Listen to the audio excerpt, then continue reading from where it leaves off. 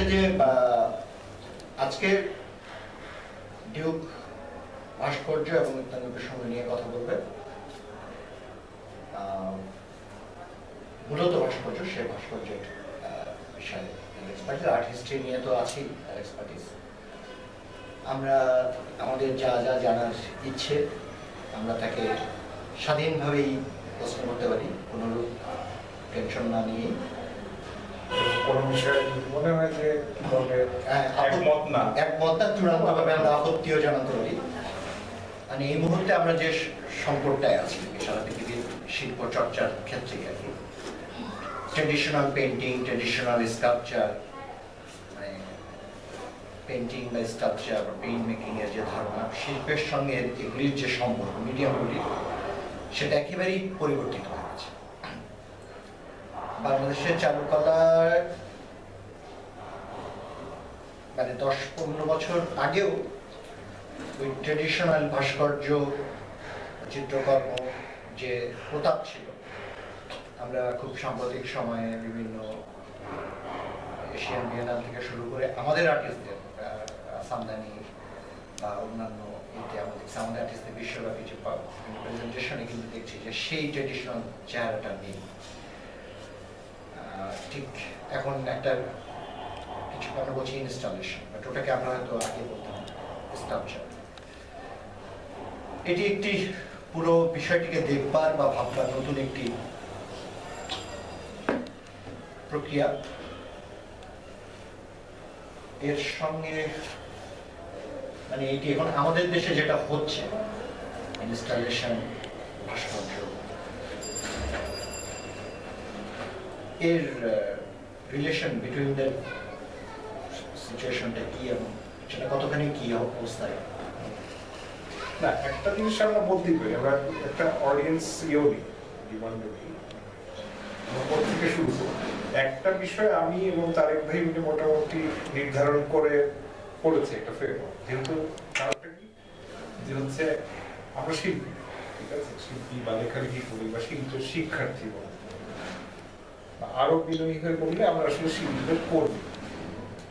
তো সেই জায়গা থেকে আমাদের যেটুকু অভিজ্ঞতা সেইটুকু অভিজ্ঞতা সবার সাথে শেয়ার করব। নাম্বার 1 হলো যে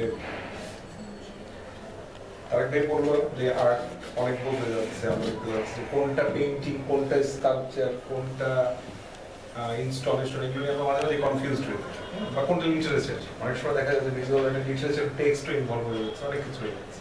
সেগুলো সবকিছু কনসিডারেশন রেখে কোত্থেকে শুরু করতে পারি, মানে আমাদের অডিয়েন্স থেকে আসতে পারি। মানে বিগিনিং অফ দ্য বিগিনিং। আমি বিগিন এখন আমি যেটা বলবো সেটা হচ্ছে আমার অভিজ্ঞতা থেকে, কিন্তু আমার অভিজ্ঞতা থেকে বলা মানে হচ্ছে যে আর কারো অভিজ্ঞতা নাই তা, সবারই অভিজ্ঞতা আছে। ফলে আমাদের প্রত্যেকের অভিজ্ঞতাটা আমরা একজন আরেকজনের সাথে শেয়ার করি, অবশ্যই ডেমোক্রেটিক্যালি। আমি আমারটা বললাম, বলার পরে আরেকজন আবার সেই জায়গা থেকে শুরু করি। একটা জিনিস বলা যেতে পারে বোধ হয় আমার, যে ভাস্কর্য কি,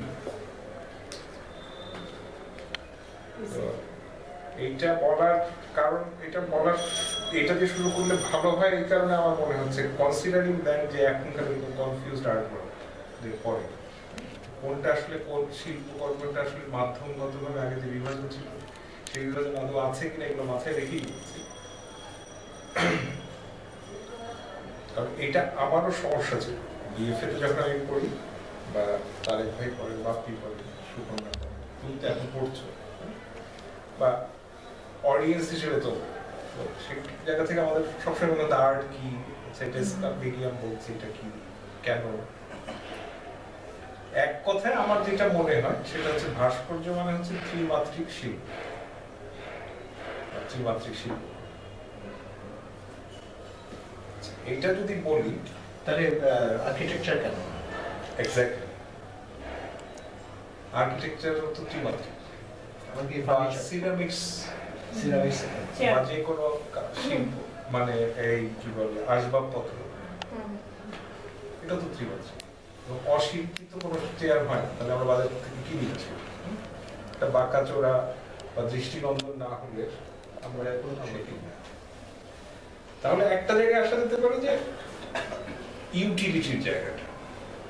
আমরা বলি যে শিল্প হচ্ছে তাই যেটার ইউটিলিটিটা, বা আরেকভাবে যেটা বলা হয় যে বিশুদ্ধ শিল্প, যেটা বিশুদ্ধ শিল্প হচ্ছে সেটাই যেটা ব্যবহার উপযোগিতা থাকে না নিত্য ব্যবহার করছে। আমি এটা বলেই আমি আবার বলছি যে কিন্তু উপযোগিতা থাকে না, তাহলে একটা উপযোগী জিনিস কেন বলতে হবে? উপযোগের জায়গাটা হচ্ছে সেই জায়গাটাই, সেটা আসলে অন্য একটা খোরাক, সেটা হচ্ছে সূক্ষ্ম নান্দনিক যে বোধ আছে আমাদের, সেটার সাথে সে আসলে এক ধরনের দ্বৈরথে একটা কনফ্রন্টেশনে যাওয়ার ফলে আমরা এটা থেকে এক ধরনের আনন্দ লাভ করি। সেই আনন্দটা কি ধরনের আনন্দ, আগে গত আলোচনায় আমরা করেছিলাম, যারা ছিল তারা শুনেছি, সেই আনন্দটা হচ্ছে নান্দনিক আনন্দ। তারপরে শিল্প মানেই আমাদেরকে নান্দনিক আনন্দ দেয়, চেয়ার আমাকে নান্দনিক আনন্দ দেয়, কিন্তু এটা সেকেন্ডারি। ফার্স্ট হচ্ছে আমাকে বসতে, যত সুন্দরী একটা চেয়ার হবে, আমি সেটা যদি বসতে না পারি তাহলে ওই চেয়ারটা আমার কাছে মূল্য পায়। কিন্তু একটা পেইন্টিং বা স্কাল্পচার দেখে আমি চিন্তা করি না যাচ্ছে দেখতে সুন্দর বা আমার দেখার আনন্দটা দিল, তার পাশাপাশি আমাকে অন্য কোনো ব্যবহারিক আনন্দ দিবে। যেমন ইউরোপের অনেক পাবলিক স্ট্রাকচারের উপরে দেখা যায় যে ইয়েরা কি বলে হোমলেসেরা দেখা যায় মাঝে মাঝে শুয়ে আছে। সেটা কিন্তু সেই উদ্দেশ্যে তৈরি হয় না, মানে ওই যে মানে মূলত পাবলিক স্ট্রাকচারগুলি এটা হচ্ছে সবাই দেখে, কোনো কোনো হোমলেস দেখা যায়। হোমলেস কেন, টুরিস্টরাও মাঝে মাঝে। আমার মনে আছে হাঁটতে হাঁটতে পা ব্যথা, আমরা হিউস্টন কি বলে রেস্টুরেন্ট কি বলে হিউস্টন স্টেশনের পাশে একটা স্কাল্পচার পেলাম, ইতালিয়ান খুব ফেমাস আর্টিস্ট, দেখলাম এখানে হেলাল দিয়ে বসে বিশ্রাম নিলে পাটা একটু স্বস্তি। এই উদ্দেশ্যে বানানো হয়নি, কিন্তু আবার এই উদ্দেশ্যটা মাথায় রেখে অনেক পাবলিক স্ট্রাকচার বানানো হয়েছে। আমার যতখানি মনে পড়তেছে হেনরি মুরেরই এরকম একটা স্ট্রাকচার আছে, নামটা এই মুহূর্তে মনে পড়ছে না, কিং অ্যান্ড কুইন কে সম্ভবত, এটা আসলে একটা চেয়ারের মতোই, হ্যাঁ মানে ওটা সিটের মানে বসা যায় আর কি, মানে টুরিস্টরা বসতে পারে। কিন্তু খুব মজার ঘটনাটা হচ্ছে যে আমি নেটে বা বিভিন্ন জায়গায় অনেক স্কাল্পচারের উপরে লোকজনকে বসতে দেখছি, queen and queen, king and কুইনের উপরে কখন বসতে দাঁড়াতে দেখি নাই এখন পর্যন্ত ছবি আর কি। এটাও একটা ব্যাপার, এটা আমার বলে যে ভালো ভাস্কর্য কিন্তু সেটার জন্য কোনো ইয়ে লাগে না, মানে শিল্পীর কোনো প্রচেষ্টা লাগে, সে কিন্তু সম্ভ্রম পায়। যেমন আমার মনে আসছে যে এই 1/11-এর পরে একটা সময়ে ওই ভাস্কর্য নিয়ে একটা সংঘাত তৈরি হলো।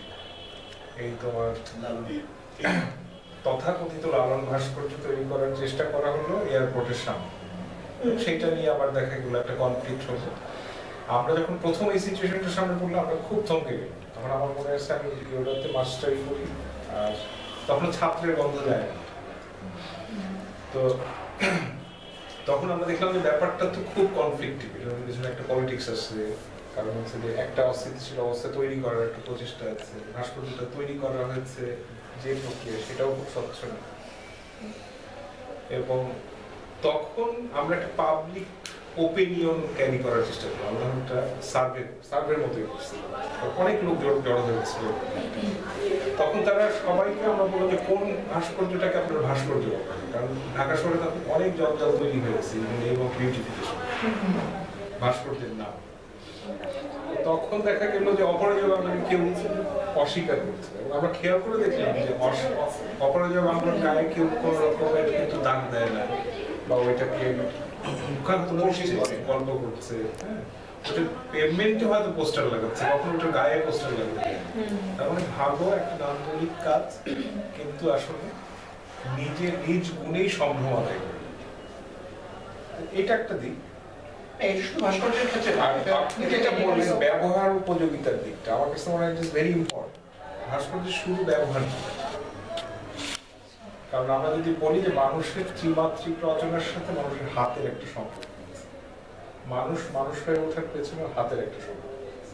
আমরা যদি নৃতাত্ত্বিক দিক থেকে দেখি যে একদম প্রাচীন কাল যখন মানুষ বা প্রাগৈতিহাসিক সময়কালের মধ্যে যদি আমরা যাই, পুরাতন প্রস্তর যুগের সময় তারও আগে, যে মানুষ এর এর থেকে তার যে ট্রানজিশন মানুষের দিকে, সেই ট্রানজিশনের ক্ষেত্রে কিন্তু হাতের একটা বড় ভূমিকা আছে।